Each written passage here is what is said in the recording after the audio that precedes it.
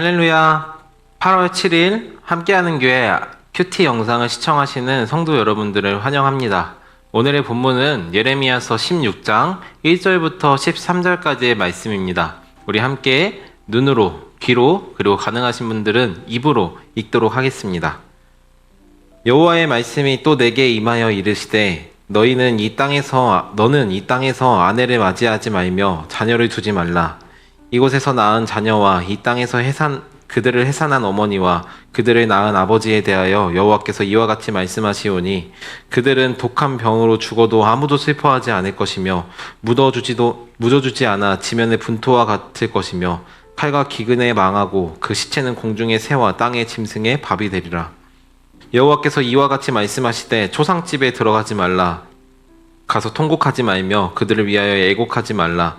내가 이 백성에게서 나의 평강을 빼앗으며 인자와 사랑을 제함이라. 여호와의 말씀이니라. 큰 자든지 작은 자든지 이 땅에서 죽으리니 그들이 매장되지 못할 것이며 그들을 위하여 애곡하는 자도 없겠고 자기 몸을 베거나 머리털을 미는 자도 없을 것이며 그 죽은 자로 말미암아 슬퍼하는 자와 떡을 떼며 위로하는 자가 없을 것이며 그들의 아버지나 어머니의 상사를 위하여 위로의 잔을 그들에게 마시게 할 자가 없으리라. 너는 잔치집에 들어가서 그들과 함께 앉아 먹거나 마시지 말라. 만군의 여호와의 이스라엘의 하나님께서 이와 같이 말씀하시니라. 보라, 기뻐하는 소리와 즐거워하는 소리와 신랑의 소리와 신부의 소리를 내가 내 목전 내 시대에 이곳에서 끊어지게 하리라. 내가 이 모든 말로 백성에게 말할 때에 그들이 내게 묻기를 여호와께서 우리에게 이 모든 큰 재앙을 선포하심은 어찌 됨이며 우리의 죄악은 무엇이며 우리 하나님 여호와께 범죄한 죄는 무엇이냐 하거든 너는 그들에게 대답하기를 여호와께서 말씀하시되 너희 조상들이 나를 버리고 다른 신들을 따라서 그들을 섬기며 그들에게 절하며 나를 버려 내 율법을 지키지 아니하였음이라. 너희가 너희 조상들보다 더욱 악을 행하였도다. 보라, 너희가 각기 악한 마음에 완악함을 따라 행하고 나에게 순종하지 아니하였으므로 내가 너희를 이 땅에서 쫓아내어 너희와 너희 조상들이 알지 못하던 땅에 이르게 할 것이라. 너희가 거기서 주야로 다른 신들을 섬기리니 이는 내가 너희에게 은혜를 베풀지 아니함이라 하셨다 하라. 아멘. 오늘 우리가 읽은 말씀은 하나님의 말씀입니다. 여러분, 뭐뭐로 말해요 라는 게임을 알고 계신가요? 어떤 단어나 속담 같은 문장이 주어지면 그것을 뭐뭐로 표현해서 맞추는 게임인데요.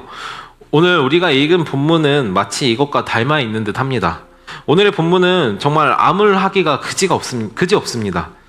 어제 주일 큐티에서 예레미야 선지자는 마치 욥과 같이 자신이 이 세상에서 태어난 것 그 자체를 비관하며 자신의 삶을 매우 원통해하는 모습이 나타나는데요.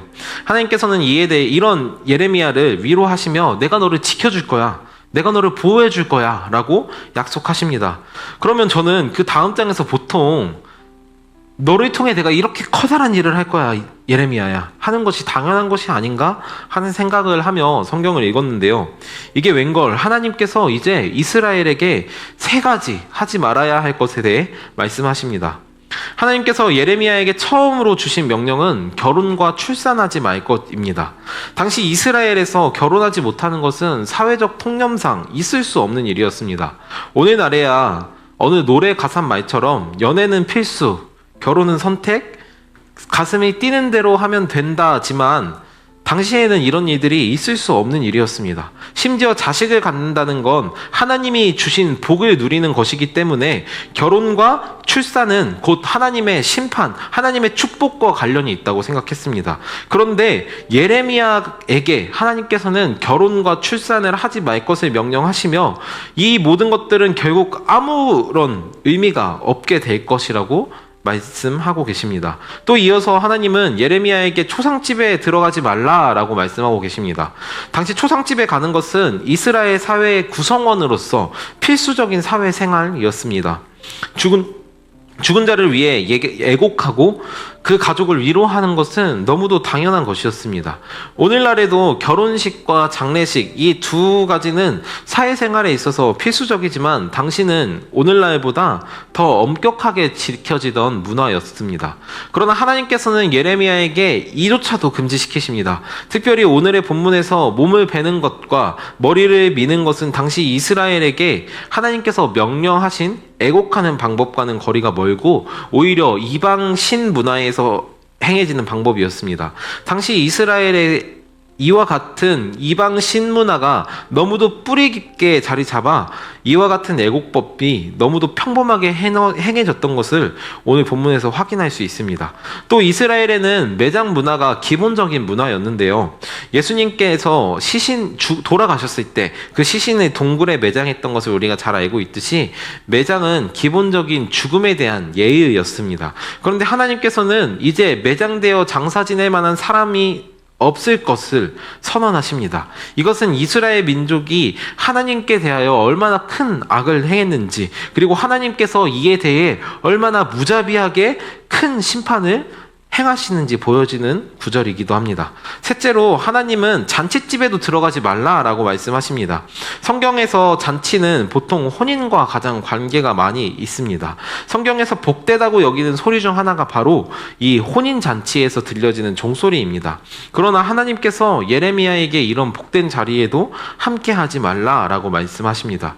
그러면서 이제 이스라엘은 더 이상 이런 소리가 나지 않는 나라 가 될 것이라고 말씀하시죠.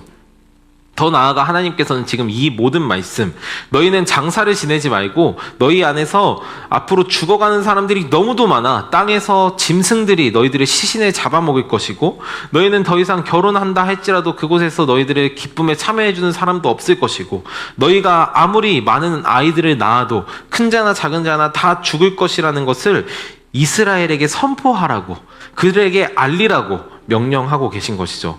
하나님께서는 예레미야를 통해 이스라엘이 범한 모든 죄들에 대해 선언하라고 말씀하고 계십니다. 그와 동시에 무엇을 선포하라고 하시냐면 내가 너희들의 모든 죄들로 말미암아 너희의 일상을 완전히 무너뜨리고 평범하게 살았던 하루하루를 그리워하도록 만들 것이고 결코 다시는 돌아올 수 없는 비참함에 빠지게 만들겠노라고 말씀하십니다. 그것이 바로 예레미야의 삶을 통해 나타나는 징벌, 이스라엘의 일상 속 기쁨과 즐거움, 그리고 평범함이 칼과 전쟁과 죽음으로 인해 결혼과 출산이 무의미하다는 것을, 장례식의 애곡이 무의미하다는 것을, 신랑과 신부의 결혼 생활이, 결혼 잔치가 무의미하다는 것을 보여주겠다라고 말씀하시는 것이죠. 그때 이스라엘 백성들은 이렇게 물을 거라고 말씀하십니다. 저희가 왜 이런 화를 당해야 합니까? 저희가 도대체 무슨 죄를 지었기 때문에 하나님께서 저희에게 이렇게까지 하시는 것입니까? 하나님께서는 이에 대해 11절에 이렇게 말씀하십니다. 이스라엘이 하나님을 버리고 하나님의 말씀을 떠나고 율법을 어기며 살았기 때문이고 지금 이 세대의 악함이 이전에 어떤 세대보다 더 악하기 때문에 내가 이와 같이 심판한다. 그렇기 때문에 너희는 아무런 변명도 할 수 없을 것이다 라고 선언하고 계신 것입니다. 오늘의 본문은 이렇게 끝이 납니다. 이것이 우리에게 무슨 의미가 있을까요? 저는 오늘 본문 마지막 절에 특별히 주목해 봐야 한다고 생각합니다. 하나님께서 이렇게 말씀하십니다. 너희가 너희 조상이 알지도 못하던 그 땅에서 내가 아닌 다른 신들을 섬기게 될 것이다. 왜냐하면 내가 너희에게 은혜를 베풀지 않을 것이기 때문입니다. 이 말을 반대로 생각해 보자면 오늘 저와 여러분들이 하나님을 섬길 수 있는 이유가 무엇인지 쉽게 알 수 있습니다. 우리가 열심을 내었기 때문일까요? 우리가 좀 착하기 때문일까요? 혹은 우리가 대단한 능력 혹은 어떤 달란트를 가지고 있기 때문일까요? 아닙니다. 우리가 하나님을 예배하고 어제 그리고 다음 주일날 또 하나님을 예배할 수 있는 이유는 우리는 어제도 오늘도 내일도 어떻게 이렇게 따분하리만큼 똑같은 일상을 지킬 수 있는 이유는 바로 하나님께서 우리에게 은혜를 베푸셨기 때문입니다. 그렇다면 하나님께서는 우리에게 어떤 은혜를 주셨나요? 이스라엘과 같이 하나님이 아닌 다른 무언가를 나의 신으로 섬기는 우리의 죄를 용서하시고 우리와 더 가깝게 지내시며 우리가 하나님을 떠나지 않도록 날마다 하나님을 생각하도록 하시는 그 은혜를 우리에게 베풀어 주신 것입니다. 이스라엘은 하나님이 아닌 다른 신들을 섬겼습니다. 그러나 하나님께서 우리에게 은혜를 베푸시는 것은 무엇이냐면 바로 우리가 하나님과 더 멀어지지 않도록 우리를 지키시고, 우리가 잠깐 다른 어떤 것을 우리들의 신으로 삼을지라도 다시금 하나님을 떠올릴 수 있도록 우리 안에 안전장치를 걸어두시는 것입니다. 누구를 통해서요? 바로 예수 그리스도를 통해서요. 그리고 우리 안에 성령께서 우리로 끊임없이 우리의 양심의 거리낌을 가지고 하나님을 생각하도록 하시는 것입니다. 사랑하는 성도 여러분, 우리가 지금보다 더 악하지 않을 수 있는 이유, 때때로 우리의 몸을 억지로 이끌어 예배의 자리에 나오고 억지로 큐티 영상을 통해 하나님의 말씀을 생각할 수 있는 이유는 바로 하나님이 저와 여러분을 사랑하시기 때문입니다. 오늘도 그 사랑 안에 거하며 하나님의 은혜를 경험하고 또 우리의 마음으로 생각으로 그것을 인지해서 하나님의 은혜를 기뻐하는 저와 여러분 되기를 바라겠습니다. 기도하겠습니다. 하나님 아버지, 오늘 예레미야의 삶에 하나님의 세 가지 명령을 통하여 이스라엘에게 주어졌던 수많은 일상들이 얼마나 값진 것인지에 대해서 배웠습니다. 하나님, 이스라엘이 하나님의 말씀을 떠나고 하나님을 떠나고 하나님의 율법을 지키지 아니한 고로 하나님의 은혜를 받지 못하게 되어 결국 그들이 하는 것은 무엇이었냐면 하나님을 떠나, 하나님이 주신 땅을 떠나 하나님이 아닌 다른 신들을 섬기는 것이었습니다. 하나님, 오늘 우리가 하나님을 예배하고 하나님을 기억하고 이렇게 큐티를 할 수 있는 것이 하나님의 은혜인 줄을 믿습니다. 아버지, 우리에게 날마다 은혜를 더하여 주십시오. 아니, 무엇보다 우리가 때때로 하나님을 떠날지라도 다시금 주께로 돌아올 수 있도록 하나님 날마다 은혜를 베풀어 주십시오. 하나님, 우리들의 삶에서 날마다 주님을 기억하고 주님께서 주신 그 은혜가 얼마나 크고 놀라운지 알아 하나님, 우리가 우리들의 죄로부터 돌이켜 주께로 돌아오는 우리 함께하는 교회 모든 성도님들 될 수 있도록 주님 인도하여 주십시오. 그렇게 하실 주님의 은혜를 기대하며 예수님의 이름으로 기도합니다. 아멘.